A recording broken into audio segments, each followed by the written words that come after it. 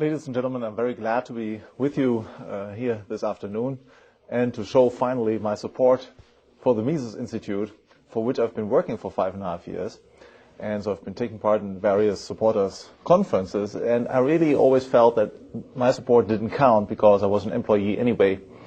And so they could just feed me through the weekend, didn't add much.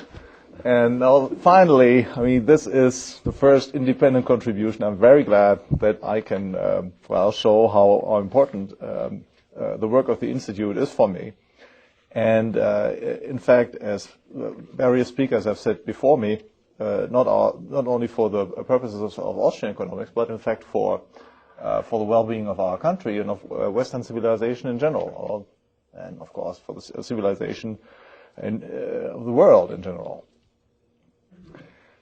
Now, my subject is the dynamics of fascism, and I chose this title because I realized that after 15 excellent speakers coming before me, I would have the not very enviable task of entertaining you at the very end, preventing foreheads from falling on the stools of the front person. And so I thought, well, the least thing that I could do is to rouse some dynamics by the word bringing in somehow the word dynamics, but there's a more substantive reason also for this, which I will come later on. And so I will very dynamically present my subject and not stand in your way with the well-deserved retreat after our conference. So the dynamics of fascism, and it also said variations on a theme by Mises. In fact, Mises, as various speakers have explained before me, subsumed fascism as one particular type of socialism, which is distinguished by the fact that we have here an economic system in which the state regimentates all aspects of economic life. So we have a system of an all-pervasive interventionism. So fascism then falls under the category of the theory of economic interventionism. And here Mises has developed a theory that explains the dynamics of interventionism. And so my plan is then just to present again Mises' theory of interventionism very briefly, and then talk about various problems in his account of what the interventionist dynamics consist in, and then try to repair what I feel is somewhat deficient in Mises' account, and then apply this to the case of fascism. But before this, I'm of course under the obligation, and I'm sorry I cannot really spare you this, to define again what fascism is, right? After all, I'm a university professor, so I'm supposed to define my subject. And one definition I've already given, and that's the most substantive one, right? An all-pervasive system of interventionism. But there are three other connotations that are also widely used, and they have some importance for me, or will have some importance for us when it comes to applying the theory of interventionism to the special case of fascism. So there's first of all the connotation of fascism as being violence against troublemakers, okay? Smashing troublemakers, and in particular, historically, fascism arose as a violent reaction against lefty troublemakers, right? Lefty revolutionaries. That's what the fascist movement in the early 1920s in Italy was all about, as Professor Reiko has explained to us. And this fascism and this understanding has, of course, goes a long way explaining the bad press that they had, right? So they're, of course, called reactionary, but also then, of course, if you react against the left, there are only two possibilities. You're either stupid, right, because you really didn't get the point, or you are evil, right? And possibly both. So here we have an explanation why fascism has such a bad press. It's reactionary, stupid, and evil because it's against the lefties. Now, some of you might wonder now what my talk will all be about. Some of the conference participants have expressed miscontent about the one-sided presentation of fascism. and felt that there was not enough balance, and so I felt the moral pressure maybe to weigh in on the good side, which I will do as usual. Yeah. So the other widely accepted connotation of fascism is, and that's it's an important point to make, is that fascism, in distinct contrast to Bolshevik socialism, has enjoyed general support in the population. Okay, so it's an important difference, also important to understand the dynamics of fascism, that whereas socialism of the Soviet style, as Professor Hülsmann has explained before, is a system that very strongly relies on a regime of terrorism, right? Government terrorism exercised, wielded against its own population. That's exactly what characterized 70 years of Soviet socialism in Russia. Fascist regimes, as we have known them historically, have, at least during their existence, until they were smashed in wars, have enjoyed the widespread support of the population. And thirdly, this is also a characteristic often mentioned by leftist opponents of fascism. Fascism tends to be chauvinist and aggressive, right? So aggressive in the pursuit of chauvinist objectives. Now, it is important, I feel, that we have a sufficiently large understanding of what chauvinism means. Chauvinism is not only given if we have some racial superiority theory, so we have the Aryan race and then these are superhuman beings, and we have the underlings on the other hand, so that would be some sort of chauvinism. Chauvinism is also given if we are chauvinistic about the values that we feel underlie our society, and even if we feel that these are universal values, such as human rights, for example, right? The right to 3 warm meals a day, or democracy and other things. Right? So if we, even if we claim these are universal values, we can still be chauvinistic, right? Namely in imposing these values on individuals or groups who do not similarly cherish them, or not quite as much as we do, and could be very aggressive in the pursuit of this objective. So, before we then come to apply the theory of interventionist dynamics to this, to the case of fascism in this understanding, we will now first talk very briefly about Mises' theory of interventionism, and as you have heard a few times, it contains two distinctive elements. First of all, Mises defines interventionism as an order, as an isolated order issued to a member of society to use his property otherwise, or in a different way than he would have used it in the absence of this order. Okay, and Mises then points out that interventionism has two characteristics. On the one hand, it is unsuitable, is an unsuitable means to attain the ends. And the example that he gives us is a system of price controls, and his favorite example is always the milk market, right? So we have a case of an economy, relatively poor country, and the mothers want to feed their babies. There's not enough milk there, and they start crying for help. And then Big Brother government steps into place, folds up its arms warmly, and imposes a price control. And what happens is that as a consequence of the price control, the marginal producers, what we call the marginal producers, will no longer be able to produce profitably.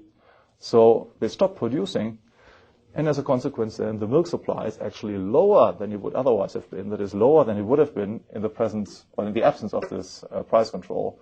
So rather than improving the situation on the milk market, rather than attaining its end, the intervention brings about the exact opposite. So Mises had first-hand experience of this. The milk market example was not just made up because everybody knew what milk was about, but because he had experience of such interventions precisely on the milk market during World War I, right, when the shortages of various basic supplies among the milk.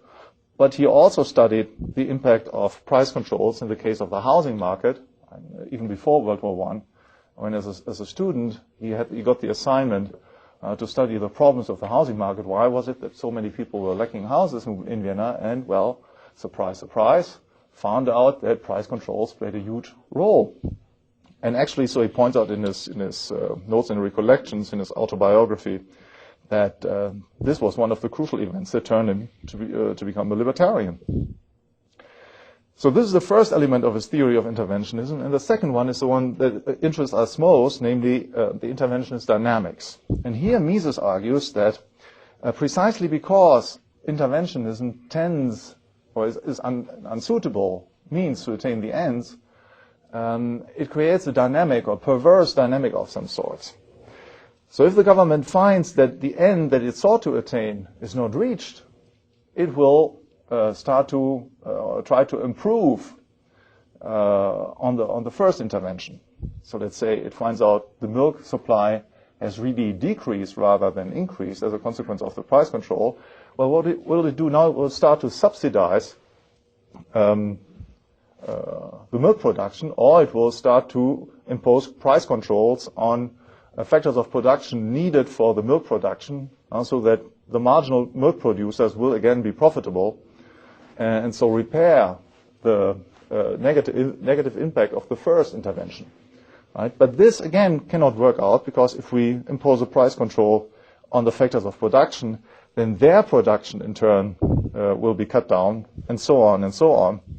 So sooner or later it will become necessary for the government to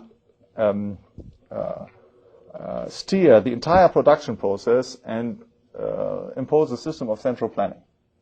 And here again, so Mises, this theory is not only logically coherent and consistent, but it was not thought out entirely in his armchair, but it was the result of observation. Right? Mises followed firsthand what we call today German war socialism. Right? So the imposition of the development of a system of central planning during the World War I, which started in 1916, precisely with price controls and food supplies and so on, and then ended very quickly by 1917 in a system of all-round planning. So I promised you to talk about certain problems in Mises' account of interventionist dynamics, and that is what we need to do now. So what are the problems?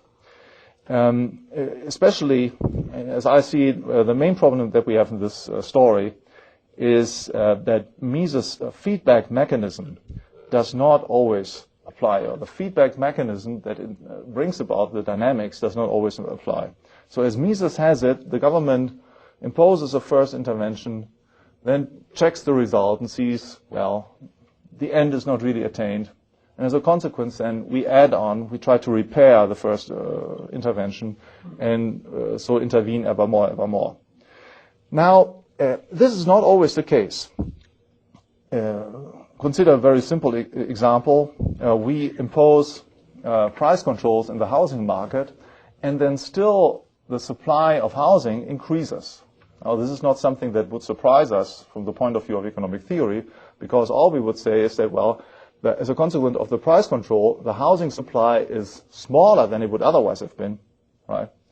But there might be other factors intervening that have had the opposite effect, right? So that the overall result of all these different factors working together has been an increase of the housing supply.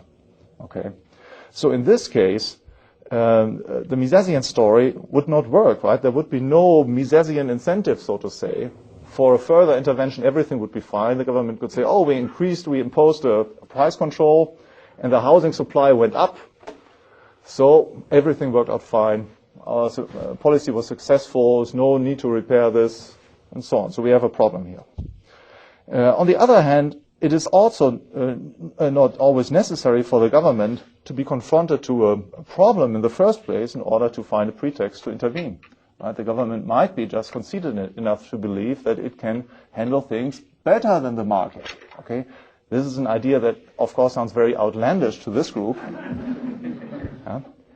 But, well, typically in capital cities, it's a fairly widespread notion. Right? So these people actually believe they can run things better than the free market can run them. Very important example is Keynesian macroeconomic policies, which boils down to the belief that so we have this underemployment equilibrium on the market, which means that the market is not really quite as good as a market directed by central planners in the capital city. That's what it means. It doesn't mean you have a huge crowd of unemployed people in the street. All what they say is, look, we might have just a natural rate of unemployment, but actually we could decrease this further if we intervene and pursued an expansionist monetary policy and then dropped it a little bit more. So we have catalactic unemployment there because we don't have a Keynesian economic tsar. So Mises then gives us only one scenario of interventionist dynamics. It's not necessarily the most general scenario. I think it is probably empirically, if we look at it rather, it covers only a small number of cases. So how can we get around this? How can we develop a more realistic approach of interventionist dynamics? And that's what I will try to do now very quickly. And I will start by a slightly different definition of what interventionism is all about. So interventionism we can define as a situation in which we have coercive co-ownership or involuntary co-ownership. Right? If the government imposes a price control or issues some other order, what it actually does is to impose itself as a co-owner of my resource. It says, well, you can do anything that you want with your apples or with your milk, but if you ever had the idea to sell it on the market, well, you will sell it at this price. Right? So it establishes itself as a co-owner of the resource of the citizens. Now, as we all know from at least those of us who are married, from first-hand experience, co-ownership works more or less well, sometimes less, sometimes a little more, when it's voluntary, okay? When it's voluntary. It never works if it's involuntary. Right? So what happens if co-ownership is involuntary? Well, then a situation emerges that economists call moral hazard. Okay, we have moral hazard here, which means that people now have an incentive to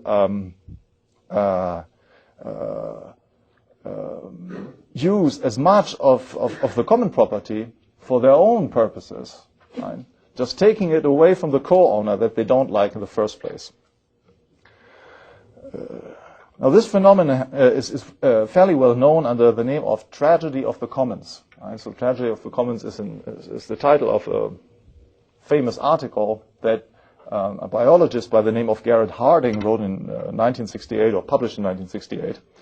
So in which he points out that, well, if you have communal property, co-owned prairies and so on, then well, everybody sends as many cows as he can of his own cows, and they're eating away all the grass. Nobody cares about replanting the grass and so on. And so we have the tragedy of the commons, tragedy of common property. It always disappears, always goes down the drain.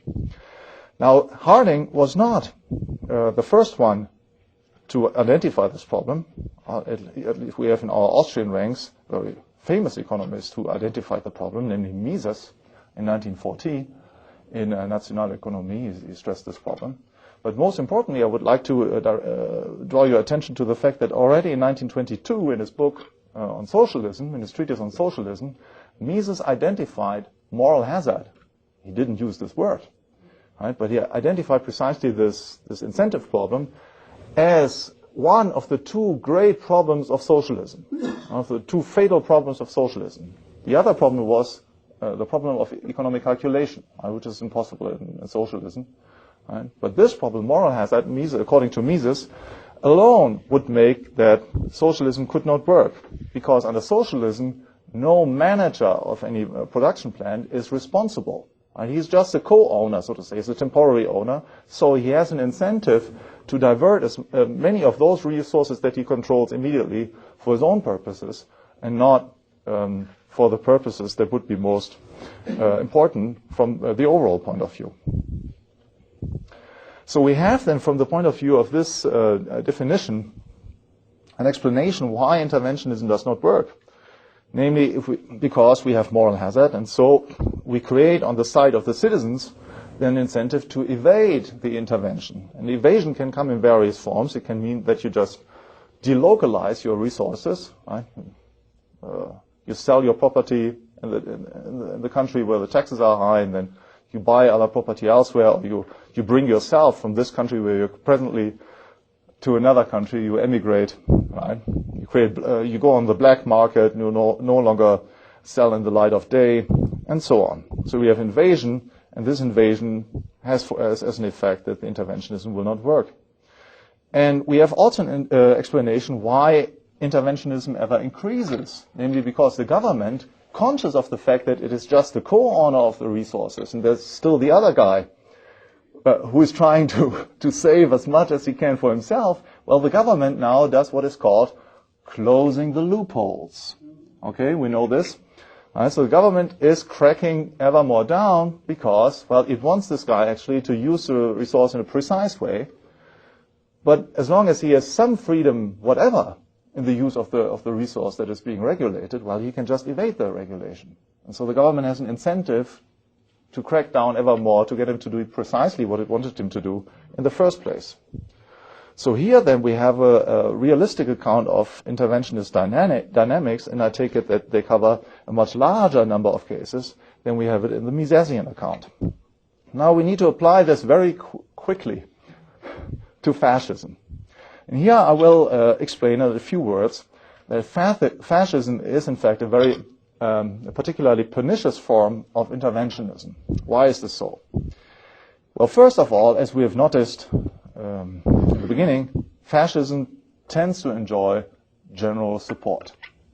Okay? So as a consequence, people do not feel the government interventionism as much as an imposition as they would feel it in a Bolshevik state, in a Soviet type form of socialism.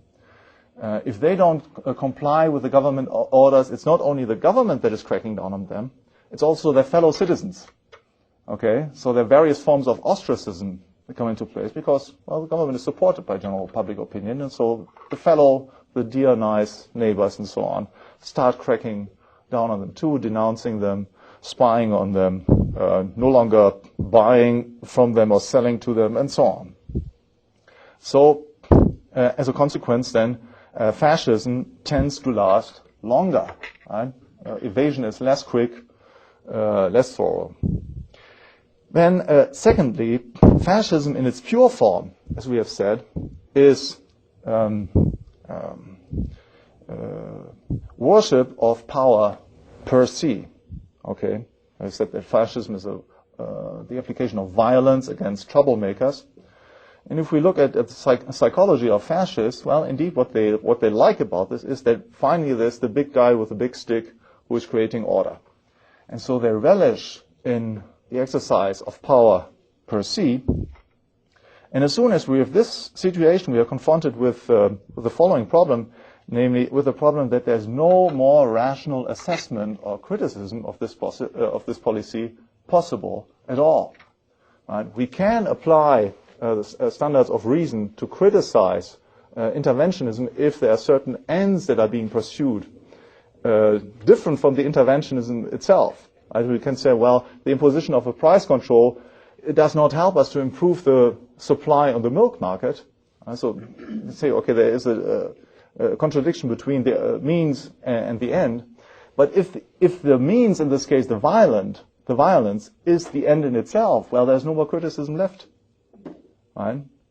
We cannot say, well, certainly slapping people on the head and so on is an exercise of violence. So if we worship the power of our government per se, well, it's impossible to criticize it. So as a consequence then, in a fascist system, the growth of government and the growth of the interventionist system is much stronger than in other socialist and interventionist systems.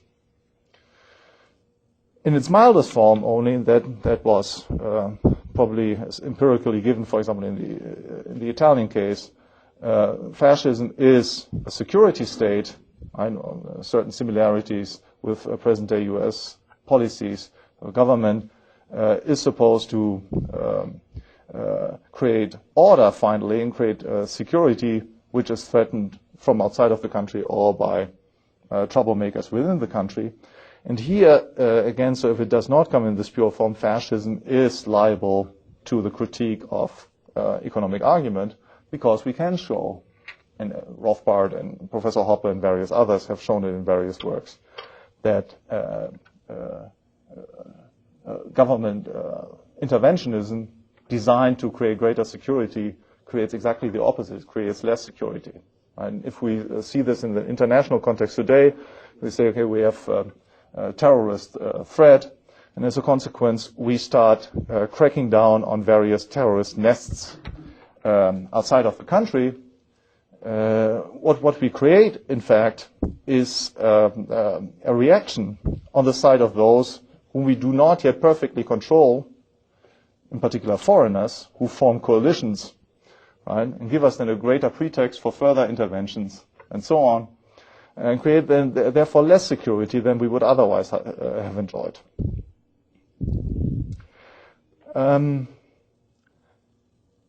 In conclusion, let me summarize. Frédéric Bastiat, the French great economist, once said, the state is the great illusion by virtue of which everybody tries to live on the costs of everybody else, at the expense of everybody else. So we might say, well, the fascist state is also the great illusion that the greatness of a nation depends not on its achievements in production, in arts, in the sciences, but on its ability to beat non-nationals into submission. Okay, and that is an illusion. Right? The greatness of a nation at all times, in all places, only depends on the positive achievements of the nationals, of the members of society, and never on its ability to beat into a submission other people or to exercise violence against other people. And the only way to get rid of this illusion, as my predecessor, Professor Hülsmann, has pointed out, is, of course, to propagate the right ideas against fascism and other deviations from the right path of society. And I can only concur that the Ludwig von Mises Institute is one of the most important institutions designed to fight the good fight.